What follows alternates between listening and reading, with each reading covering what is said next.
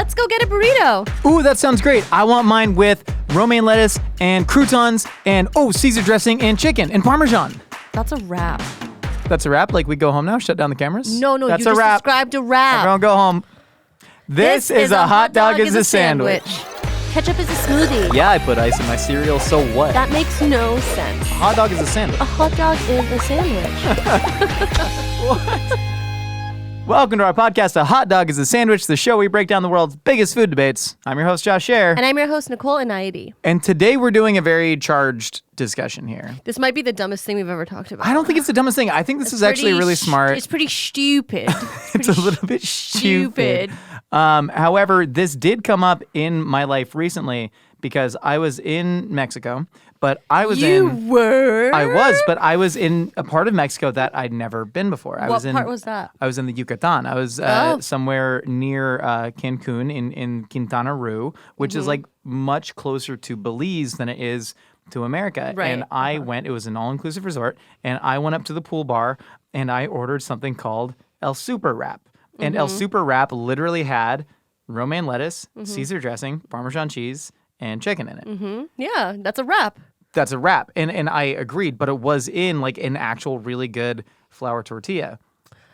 Yeah, well, a lot of wraps are in tortillas. And I what else would they be in? And I said, is this a burrito? And they were just like, no. No mames. No mames way. No mames way. But also I took a tortilla making class. I had a whole time at this resort. Wow, how long were you in the resort? Like 8 days? 6 days. It was great. It was one of those things where if you're in an all-inclusive resort, the first 3 days are like super fun. And then the last 3 days, you're like, this is a little bit hell on earth. You're like, I guess I'll do water aquatic workout aerobics at like 4 a.m. I got nothing else to do. The all-you-can-eat shrimp for breakfast and tequila sodas at 9 a.m. no longer feel quite as quaint and fun. Nope. You got a little sick at all-inclusives, You get a little sick, yeah. A lot of people there got really sick, in fact. Yeah. I get sick at all-inclusive sometimes, and I think it might be like the alcohol. Yeah. Copious amounts of alcohol and like will do that. the food just like left out. Sure. Yeah, a lot of open air shrimp. But I've been to some really good ones too. But I've been to some really dramatically bad ones too. But like I'm in Mexico taking a tortilla making class, and they're asking people what they know about tortillas, and Julia had to kind of poke me and go like, don't say do it. And then I did. I started talking about the miracle of nixtamalización 10,000 years ago. But the person there said something that I had to stop myself from jumping in on, where they said, and burritos and nachos, those aren't Mexican. Those are American. Nachos were literally invented by Chef Ignacio Ayala in the state of Coahuila, in Piedras Negras, which is in Mexico. You're talking about the individual nachos? Yeah. The first recipe for nachos ever was just melted cheese and jalapenos on like whole tostadas that were then baked. But that was literally invented in Mexico. Right. And the burrito, a lot of people say, is an American invention. Maybe a lot of the burritos that we know of, like the Chipotle burrito, right, which is based on the Mission-style burrito in San Francisco, that might be true. Which is delicious. But I believe burritos were invented likely in the city of Juarez in Mexico. But that got me thinking, Juarez, right? If you look at a map, because I know y'all are looking at a map of Mexico right now. I haven't looked at a map of Mexico in a long time. I haven't looked at a map period in a long time. Well, if I ask, you've heard of the city of Juarez, right? I don't know what like municipality or like part of Mexico it's in. Well, that's what I was going to ask. Like, where would you guess Juarez is? I don't know. Probably somewhere in the middle next to Oaxaca. Juarez is literally on the border of the United States. There you go. In northern Mexico. I believe the state of Chihuahua, maybe. Okay. It goes like Sonora, Chihuahua.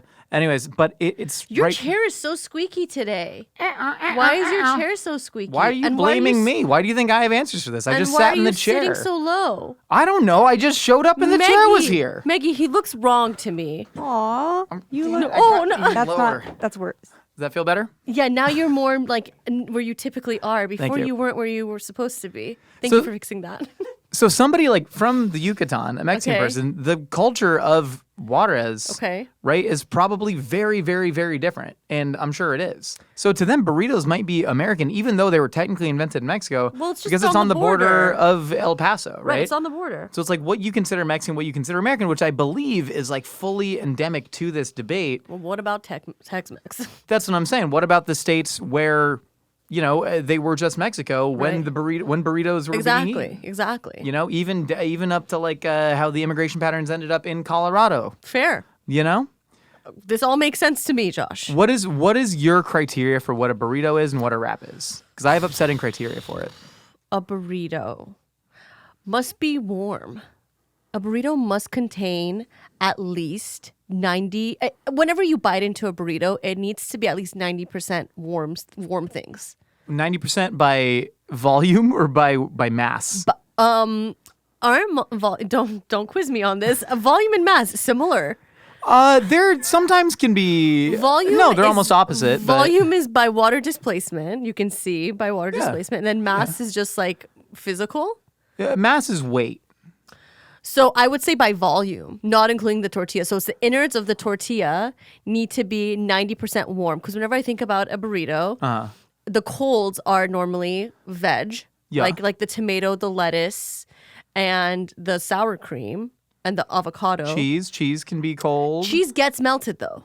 It should be melted, which is why I don't like Chipotle burritos. I was going to say, we're all building up to something where we're about to accuse Chipotle of not making burritos, of making wraps. But they're That's warm. where this is going. But they're warm. They're but not. When's When's the last time you've eaten a Chipotle burrito and it was warm? Well, we get it delivered all the time at work. So Well, that's part of you it. know But what? even eating there. You know, I actually ordered a burrito from El Pollo Loco today, and they had a burrito section and a wrap section. Did you notice that today? No, I didn't. They had two separate sections, and I'm convinced that the burritos are warmer.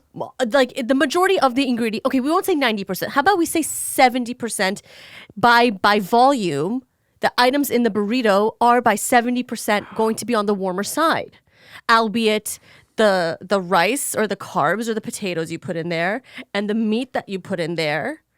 It's 70% those ingredients, and then the rest is all the cold stuff. But once they're all like in a coagulated mass in the burrito, it all becomes a little bit warmer than you would anticipate. I do generally agree with that dichotomy right there. Oh, and all the ingredients have to be like Latinx in origin. No, I think like Or a majority Mexican, of like, Mexican ingredients is key, but then like, does Chipotle cilantro limon rice count? Yeah, sure, why not? I don't know. Why not? Cilantro and lime are ingredients that are used a lot in Mexican cooking. Yeah. So putting them in rice would make sense, but also they do that in the Caribbean as well. So It's a fair point. they're next to each other. They're close. If you took like the rice at Chipotle, I don't get rice from Chipotle, but okay. Humor me if you will. The majority of people, that's how Chipotle makes their money. If you look at my order today for my... If you don't get rice in Chipotle, it's just a soup. I get brown rice maybe sometimes. Oh, and you ask them to drain your beans well. Yeah, see, you do know things about me. I do, I listen a I lot. told you I drained the beans. Okay, continue, sorry. I'm saying if you took Chipotle's rice and you had it in just a clear bowl and you had like rices from multiple different cultures on a table, right? Because you know what Mexican rice looks like, right? Like the arroz rojo? Like arroz rojos, yeah, right? yeah, It's like, it's fluffy, it's brown, it's generally cooked with a fat that kind of like seeps in there, and it's utterly delicious. Sure. Occasionally you'll get some like peas and carrots kind of in there. Gandules? Is that how you say peas? Gondoles? Gandules. It's I consider gondoles more with like Caribbean Rican? Spanish. Yeah, Peruvian. I just like the word. But anyways, like that's distinctly different from even like a jollof, like another red rice. Okay. Right? But if you saw Chipotle's rice sitting among a bunch of rices, I don't know that I could look at that and be like, You know what? That's Mexican. I would maybe think that rice is actually like Indonesian. Same. Right? Like, yeah, it's like just steamed white rice. It's got like an herb in it. And I'm like, yeah, maybe they do that in a part of Indonesia that I'm not familiar with. I would, if I were to look at it, close my eyes and open it, and there's a bowl of cilantro lime rice from Chipotle, I might think that that's Indonesian. I'm saying, and I know we're more than essentializing the Mexican. whole cuisines here. I know people in Mexico still just eat steamed white rice, Which like is everything. yeah, of course. But I'm saying like if you're a Mexican restaurant serving Mexican rice, at least in America, our context is like that's an orange flavorful rice. I'll give you that. Yes. Right? Yes. And so if you consider that a Mexican ingredient, I don't know.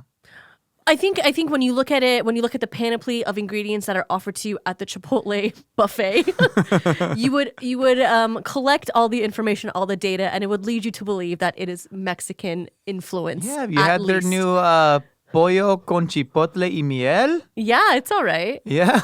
It's all right. I got a bowl at Chipotle recently Mm-hmm. with white rice and no beans because I didn't want to fart on camera that day. I was having tummy Always troubles. farting on camera. And I got the honey chipotle chicken and I tasted it and I was like, This is Panda Express. Yes, it is. There's nothing. It was just sugary sweet chicken It is on sugary steamed sweet. white rice. It is And I was like, sugary this is Panda more than Chipotle.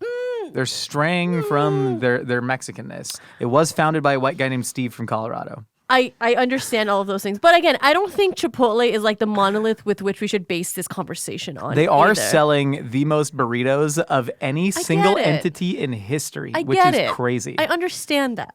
But imagine, do you know what I think of whenever I think of a burrito or a wrap? I think about when I'm at the pool.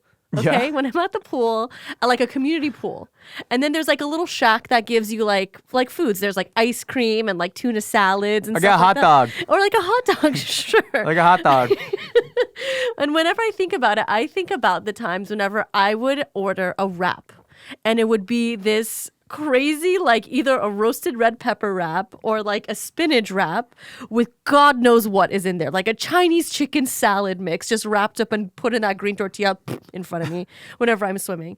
So I don't know. There's something about the tortillas that are used to, because normally whenever I think about burritos, I think about flour tortillas. Yeah. But whenever I'm thinking of a wrap, I'm thinking of a flour tortilla, a whole wheat tortilla, those roasted red pepper ones, those Which weird are all flour tortillas, but Yes. they've been adulterated in some way. but still like that abnormal red and Yeah. green and like random yellows, they're so abnormal to me, and the filling is typically not Mexican inspired.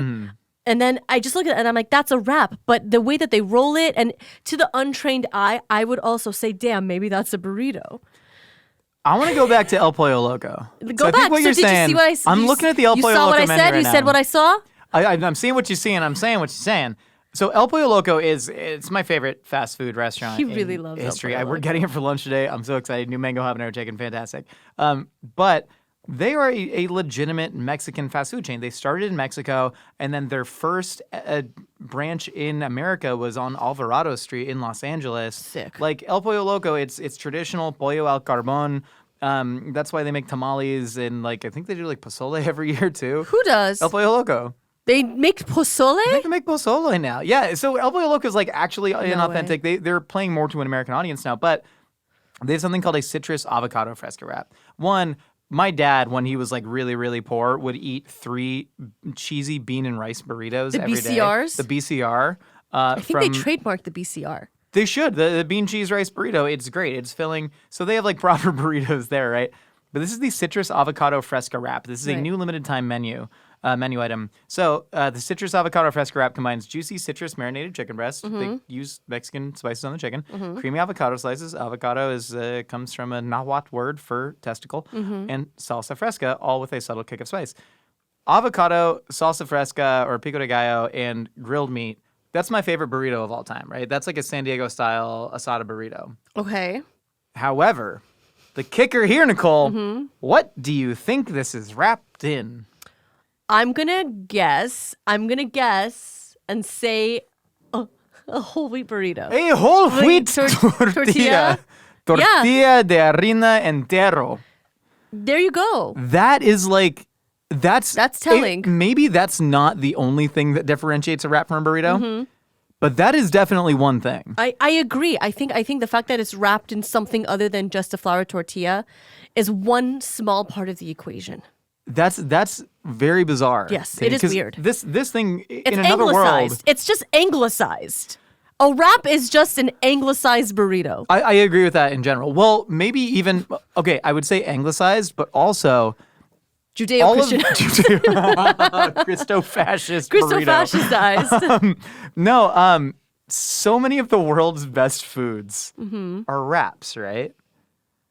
I love, like, it's my favorite thing to eat. You know, you get Yeah. like Döner, you know, that's a wrap. Do you like a flatbread. consider You a get doner, shawarma. a Turkish It's a wrap. doner? You consider that a wrap? I don't have a lot of, I actually have almost no basis of knowledge for Turkish food. I just went to Döner for some reason. Oh. We have like no Turkish food in Los We Angeles. need to take you to Germany, and you need to go eat Turkish doner in Germany. I love how you're like, you need to eat Turkish food. We're going to Germany. because they have the best. They may have like invented I Doner literally, as we know it. I yeah. literally went to Germany and Turkey, and I literally went. It was the same trip, and the Turkish food that I ate in Germany, like the late night doner, was miles better than what I had in Turkey. I'm talking about late night doner though. I'll never forget my dad telling me, because he used to fly for free because he worked for the airlines. Right. And so he ended up like in Rome with a cab driver. he said, "Hey, where do I get the best pizza?" And the guy goes, "New York City." That's incredible. What was it? Oh, wraps around the world. Think of like a shawarma wrap that you might get, right? Think about Mia shawarma, right? They're taking a flat bread. It's hardly leavened, very similar to a tortilla. I believe it's yeasted, but it's flat. And they're wrapped. They're taking garlic spread. They're putting chicken in there. They're wrapped. That's like... You still can see it. You can still see it. What do you mean you can still see it? Whenever they wrap it, you can see it. Oh, you leave it open. Okay, so my association with burrito is the fully encapsulated rolled and then Sure. and then rolled in some sort of like protective layer of paper or foil that you remove. That can't be endemic to burrito hood though. The foil. What are you The foil. Okay, can't I'm be just saying endemic for the ease of the traveler. It's the closing of the burrito and it's the rolling of the burrito So that makes it a burrito. Because what you're trying to say right now is that a shawarma is in the burrito family. And I don't agree with that because a shawarma is typically wrapped, or a gyro is wrapped in almost like a chalupa way. It's like you can still see the fill. So it's like a flower arrangement, right? So whenever like you go buy flowers from Bristol Farms. I've never done that in my life, but go ahead. You've never bought flowers for your wife? I've bought flowers, but I get them at like... I'm gonna kick your ass. The first time in 5 years of podcasting, Nicole has really threatened me with physical violence. I've gotten her flowers. I go to like Whole Foods. I don't know. Okay, I yeah, live you next go to Whole it. Foods, and then what do? So they wrap it in the back. I scratch off the price tag with my keys. Smart. But they wrap it in the back, right? And then on the inside is this beautiful bouquet of flowers. Yeah. That wrapping style is the same wrapping style of a shawarma. I see what you're saying. You're saying it's almost like conical in a way. It's conical. Not Mia shawarma, it's just Jordanian style shawarma. It's very, very tight. It is open at the end. It's not fully sealed. Okay. But it's like it is a very tight tube of bread and grilled meat. I understand that. And then they griddle it at the end? And then they griddle at the end. Okay. They kiss the end of it. Okay, on the and we flame. also know, you can tell the people about tacos árabes as well, just Yeah. because it was cooked on a trompo or whatever. Yeah. And then, so there's a lot of cross-breeding between these foods, and I agree with you. Every culture figured out that wrapping, John Bing in China is in the yes. wrap family. I agree. So when we talk about an anglicized burrito, I think the wrap as a large umbrella could also be very inclusive to world cultures. So you think wrap is the overarching term with which all of these foods should be compared to? That is so anglicized. What's this? Yeah, it's anglicized because we You're English right. is. We are. It's not yeah. the national language. But it's so. I speak it. It's the only language I speak. I'm gonna teach you more languages. I don't know Chinese. If I knew a Chinese term for that, I know. I could call it that. I'm just trying to think, like in the would you consider it a Venn diagram? Almost we're doing an umbrella. Yeah. But maybe we need to change it to a Venn diagram. Maybe it needs to be like burrito, wrap, shawarma, gyro, jambing, and like Sabich. On lavash. Well, I was thinking about a filled pita. Lefa. Lalafa, the way that it's rolled, that is more burrito-like. That's what I'm saying. So if we Can we make, draw like, a this? flowchart. Yeah. Can We need you a whiteboard. Can we get a piece of paper? A whiteboard. And can we get like pens? Do you have pens? Whiteboard. Maggie, we're too dumb to do this. Thank you so much. We're not dumb. I I'm will a also visual say learner. in Juarez, Thanks, the Meguita, I love burritos you. are not closed. Would In you like me to be Juarez- the secretary? Would you like me to annotate what you're saying? That'd be really nice. Well, no, I'd like to draw. You talk. In No, I Juarez, like the when burritos are not you closed. talk. Okay, so at the top, I think we have vertical orientation portrait. At the top, I would say there could be an overarching umbrella called wrap. So you want to do umbrella? You want to do an umbrella with a Venn well, let's diagram? explain it. No. I think no Venn diagram. I think we go I like wanna umbrella do a style. Do a Venn diagram. Draw your Venn diagram. If you don't want me to draw, tell me you don't want me to draw. So in Juarez, the burrito is not closed. A lot of people say like, well, a burrito is closed and a taco is not. Because obviously you can have a taco and a large flour tortilla, but if it's rolled, people think it's not a burrito. That's not true. A burrito is a regional term for a taco. God dang it. That's not the umbrella that I meant. I just meant like a line coming down, like wrap at the top, like, and then you have... I drew an umbrella backwards. That was actually really impressive. That's pretty... I thought it was like a Dr. Seuss character that you drew. You know what? I was on the other side of Mexico, right? Oh, sure, Maggie. I was in Baja California, and they had something on a menu called El Super Burro. And what is El Super Burro for them was a big ass flour tortilla that was filled with beans and meat and delicious things. But this That's is a Baja burrito. California. Well, we would call it a burrito. In Baja California, where we were, they called it a super burrito. And then a burrito for them was filled with white people ingredients.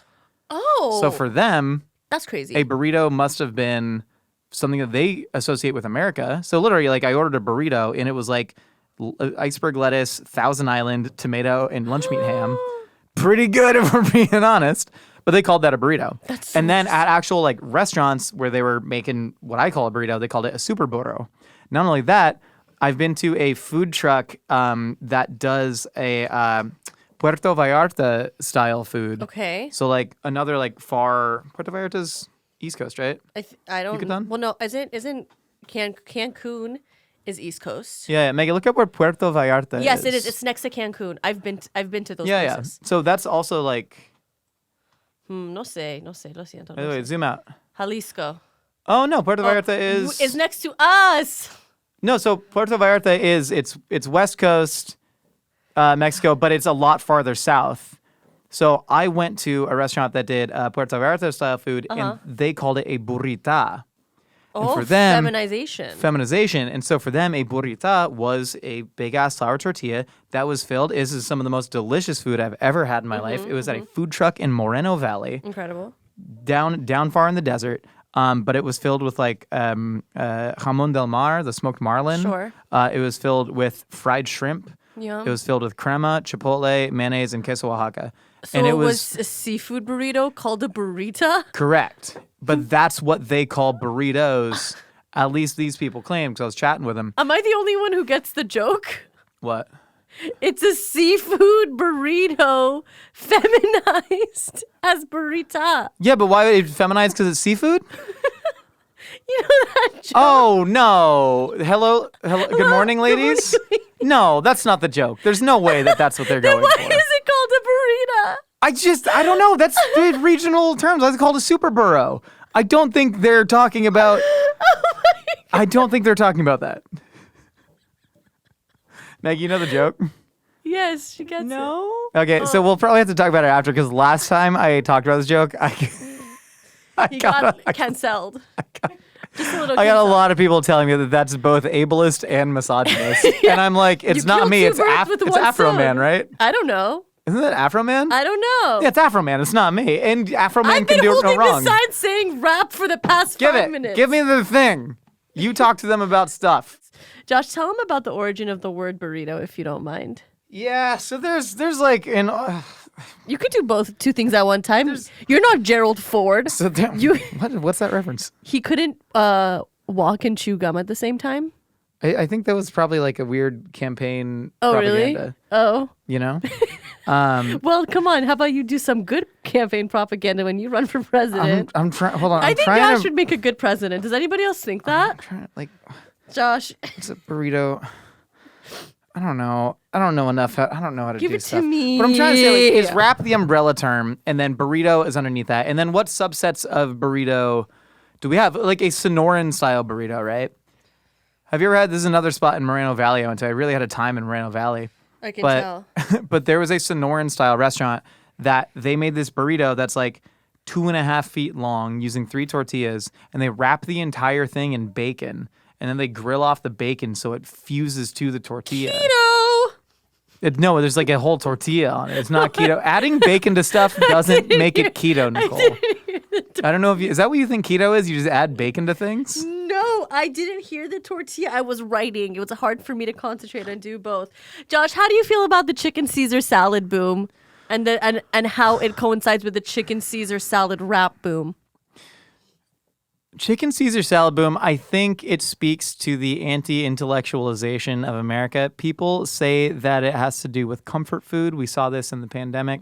Any restaurant that opened after the pandemic, it either has to be pizza, steak, pasta, mac and cheese, fried chicken sandwiches, or smash burgers. And chicken Caesar salad falls within that easily recognizable sort of meme foods. Okay. You know, and it's a delicious salad. I'm not saying it's not delicious, but I think the ability for anybody to think beyond mimetic recognition of a single food is really holding us back as a culture.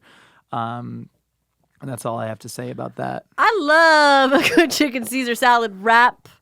Don't call it a burrito though. Okay, Josh, I helped you out a little bit. So over here we have the wrap. Caesar salad's Mexican. Oh man. Oh. And if it's 80% hot chicken in there, Oh man, which Josh. is likely not. But does that then make it a man. burrito? Is it? We discussed this. I don't actually think Caesar salad was invented in Mexico, but kind of like what we're talking about with the border town and nachos, and now it's kind of an Italian-American thing. What do you got here, Nicole? I don't know. I'm really upset that you brought that up because now my list doesn't make sense, but it's okay. So we have a wrap, right? We have a big old wrap at the top of the list, which is where everything else is compared to. So we have burritos, we have shawarma. We'll just say a shawarma wrap.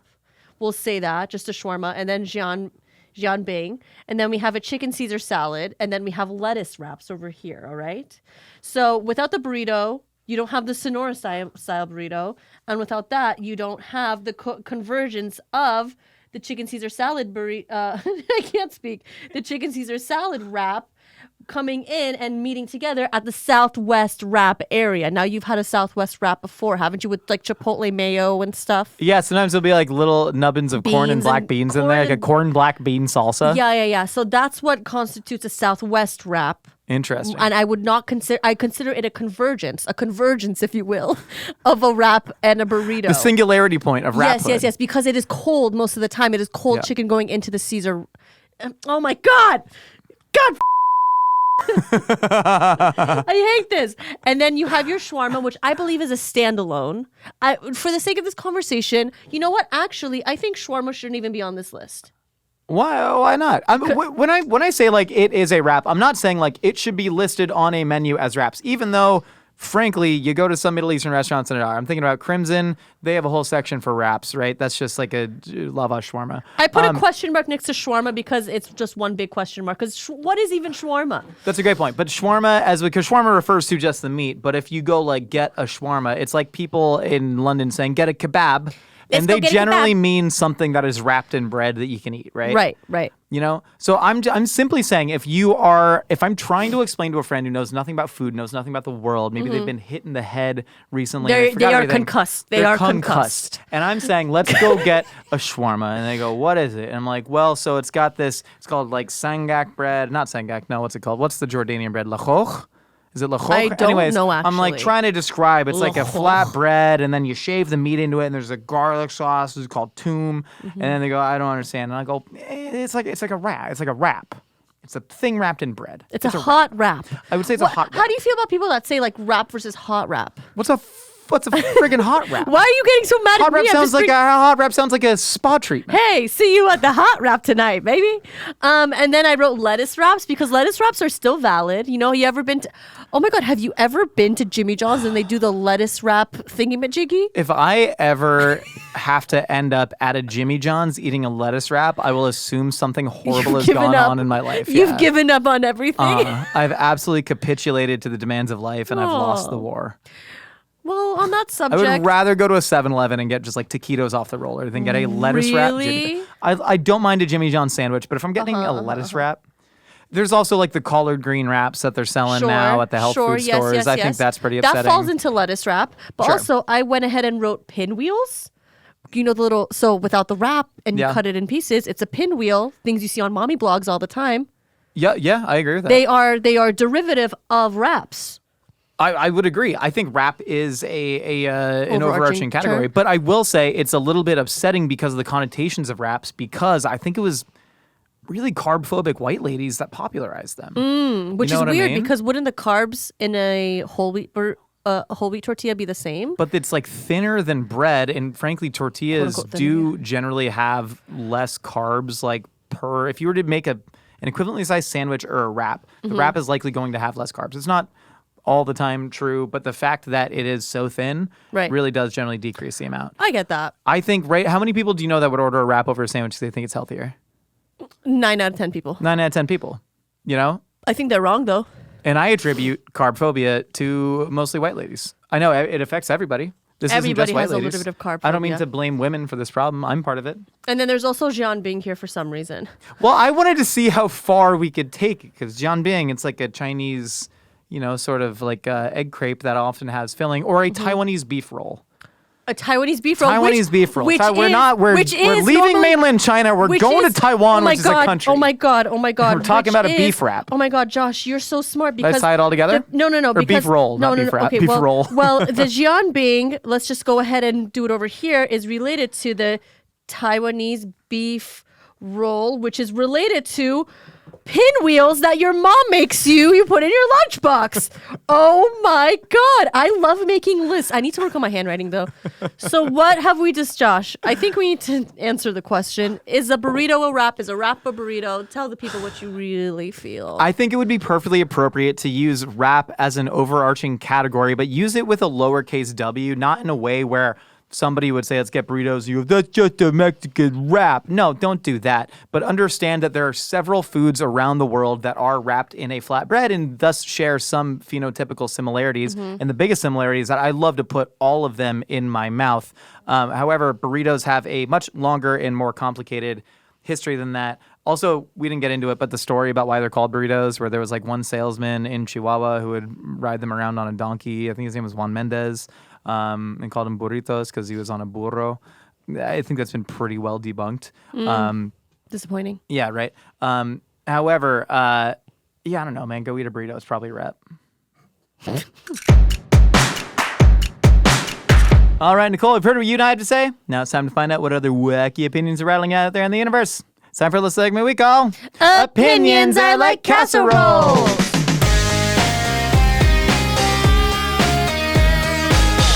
All right, Maggie, fire up that first hot take. Hey, this is Spencer. I'm a dentist in Georgia. You're probably thinking, wow, he has such a silky, luscious voice. He really does. That's really only because the pollen outside is raining down like sulfur from the pits of hell. I heard it's been a really bad pollen year. My food opinion is that people need to stop calling food like names after something that it's clearly not even close to. What do you mean? Like, I really hate when people say, this is cauliflower mac and cheese. Oh. And it's just cauliflower with cheese. That's not gratin. similar to mac and cheese at all. That's a gratin. Just call it something else. Gratin. Tell me what you guys think. Are there any other foods that you just really don't like the name of? All right, bye-bye. So many, Bye-bye. so many. One, silky smooth voice. Two, thank you for your service as a dentist. Nothing comes to... I love dentists. I got a lot of dentist friends. Nothing comes to mind.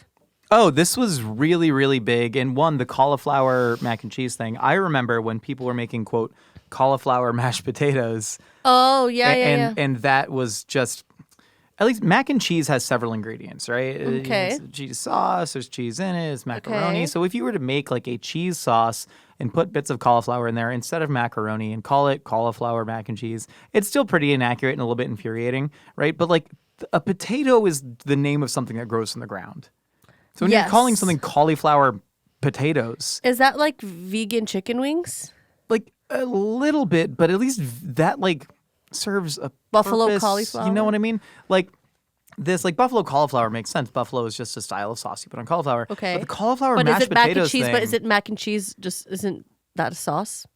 Yeah, I suppose. That's why I'm saying this is Cauliflower as mac. infuriating. Okay. Cauliflower mashed potatoes were something that That's was like annoying. crazy to me because a potato is something that grows in the ground. Cauliflower is something that grows in the ground. What you've made is mashed cauliflower, not Cauliflower mashed mash. potatoes. Just cauliflower mash. And it's delicious. Right. And again, like all this just springs from carb phobia because people think that potatoes aren't good for you. I actually think potatoes are like very, very, very good for you. I think potatoes are the most nutriently dense or something like I think that. sweet potatoes are more dense than white potatoes, but there was like a war against white potatoes where they tried to get people on, they tried to pass legislation. It may have been passed where you couldn't buy white potatoes on food stamps. Oh. And there was actually a potato farmer Why? who I think owned, because they said it wasn't nutritionally dense enough. It was deficient. Screwed up. And I think it was a potato farmer who was like, I'm only going to eat potatoes for a year to show you that I can do it. And he did. But a lot of this is, carb phobic type of stuff, trying to make stuff healthier, less filled with carbs, because you're obviously not that worried about health if you're still making mac and cheese with it.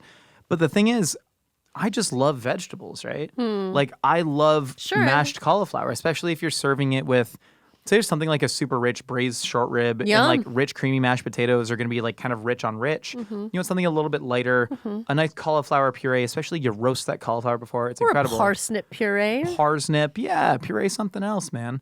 But this was happening a lot with like the Pinterest ass food blogs in the 2000s. Good times. Avocado pudding, The food, chia pudding. the food styling on those, I love so much. The aesthetic was incredible. They're perfectly imperfect. I You know what I know. mean? But yeah, I remember people making like avocado chocolate pudding Sure. where they just blend avocado with like almond milk, cocoa powder, and like a date. Right. You know, and it's I like, remember. well, no, a pudding in America is like a starch and dairy. Well, we can talk about puddings all day, every day. and Yeah. What they mean to different people.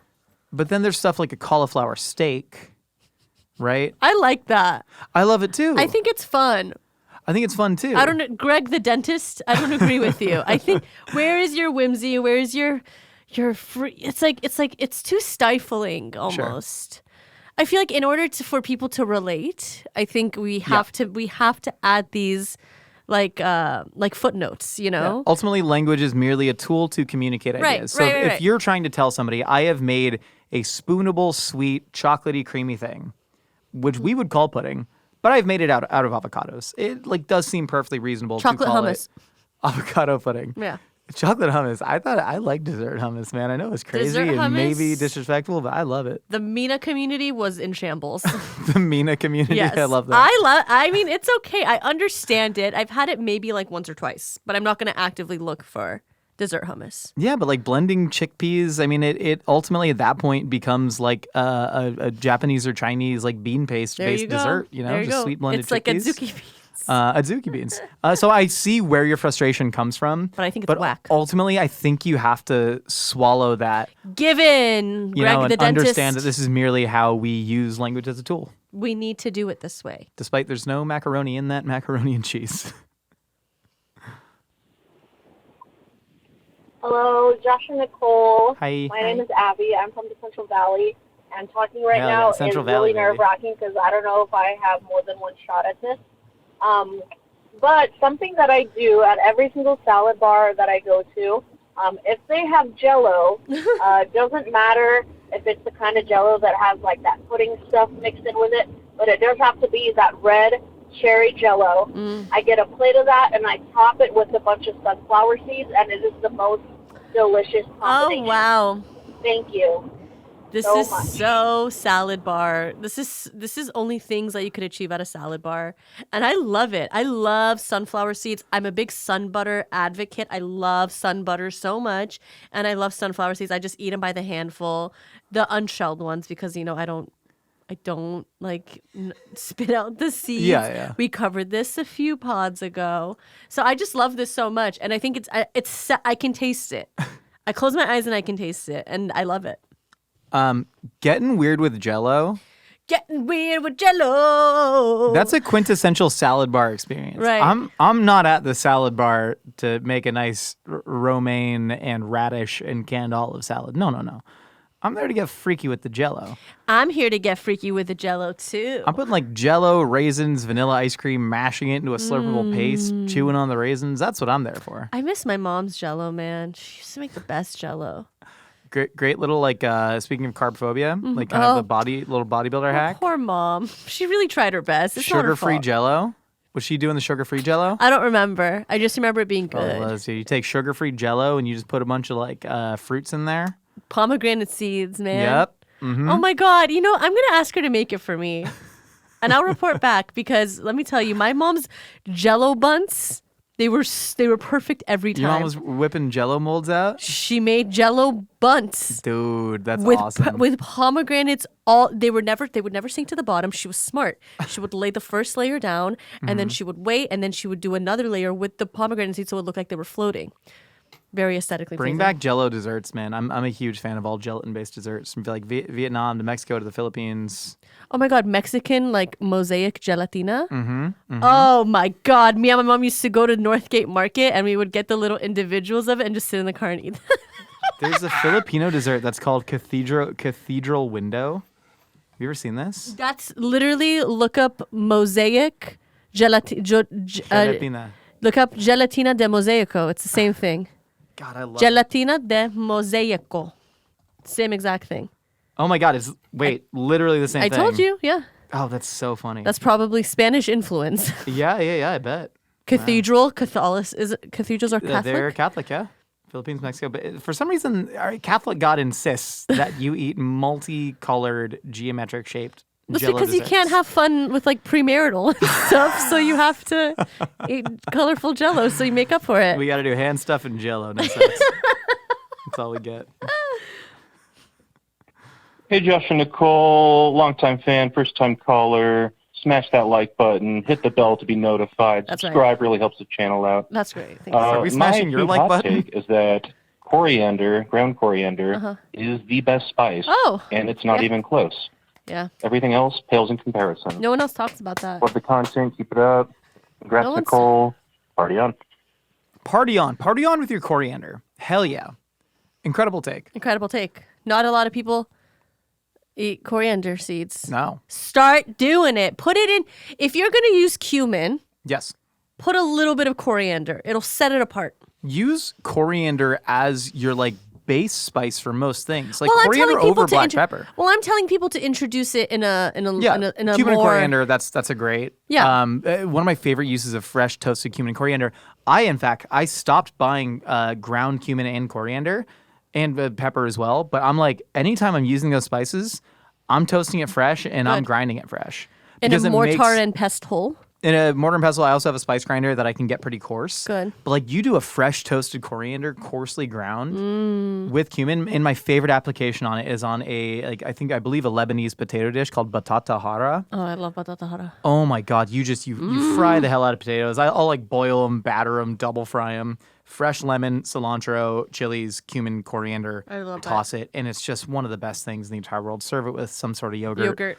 Oh my God. Oh, fresh toasted coriander. Great opinion. Also, one of the pastrami Underrated. spices. Yeah, underrated. More people need to have coriander seeds in their cabinets. in Leave their it spice whole, cabinet. dude. Crunch through seeds. Some people don't like that. Yeah, grow up. Well, if people are down to eat everything bagel seasoning, That's what I'm saying. yeah. know? You know what?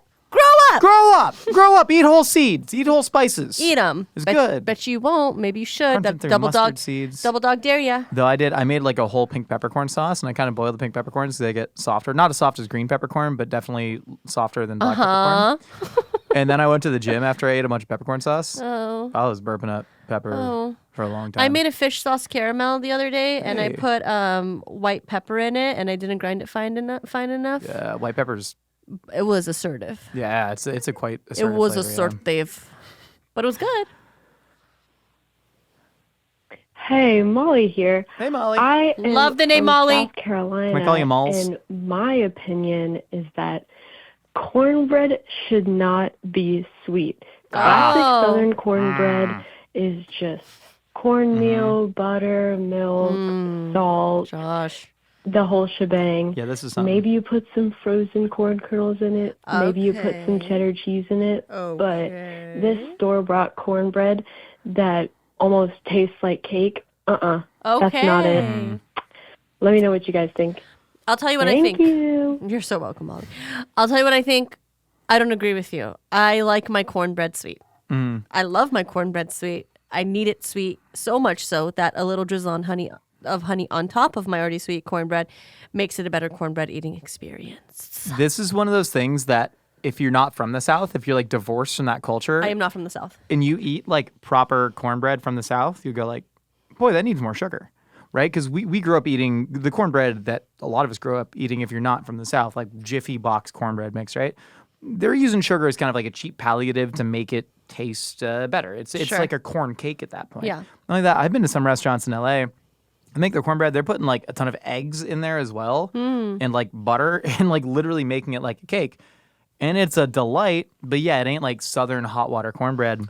Yeah, I guess my cornbread experiences are mostly from what's it called, like the grocery store, like Yeah. from like Kroger. Or You get the Ralph's. corn muffins that have like the kind of corn syrupy consistency to it, Yeah. but it is like very different from the context My dad of loves eating cornbread. proper Southern cornbread. My dad loves store bought Ralph's probably on sale cornbread. That's one of his with like a he's so cute with like a little like softened butter and like salt. That's like his jam.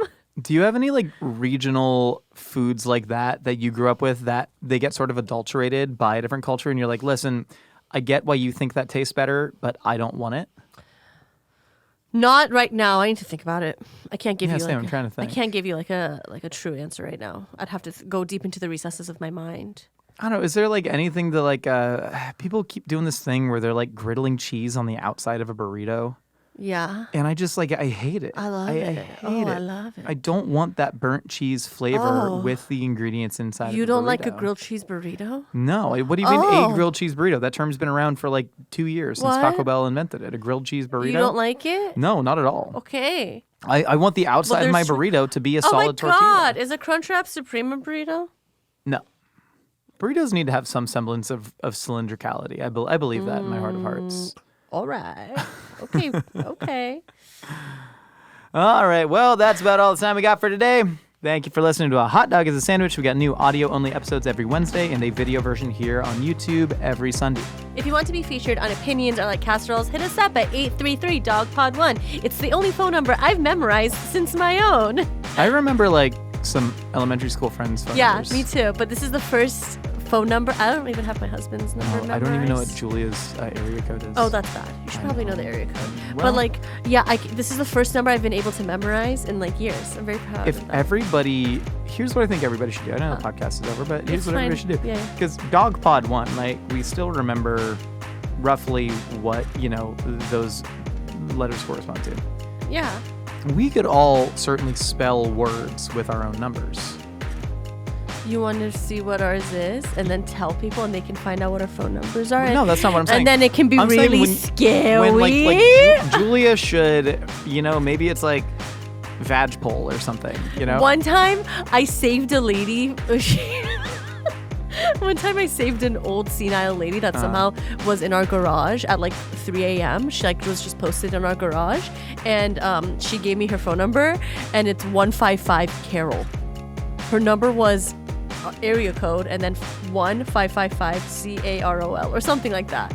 Funny. Because her name was Carol. I love that. She got a vanity number. She got a vanity But I'm phone saying number. everybody's phone numbers, you should have words that you can spell, and that'd be easier to remember. We can do that off camera later.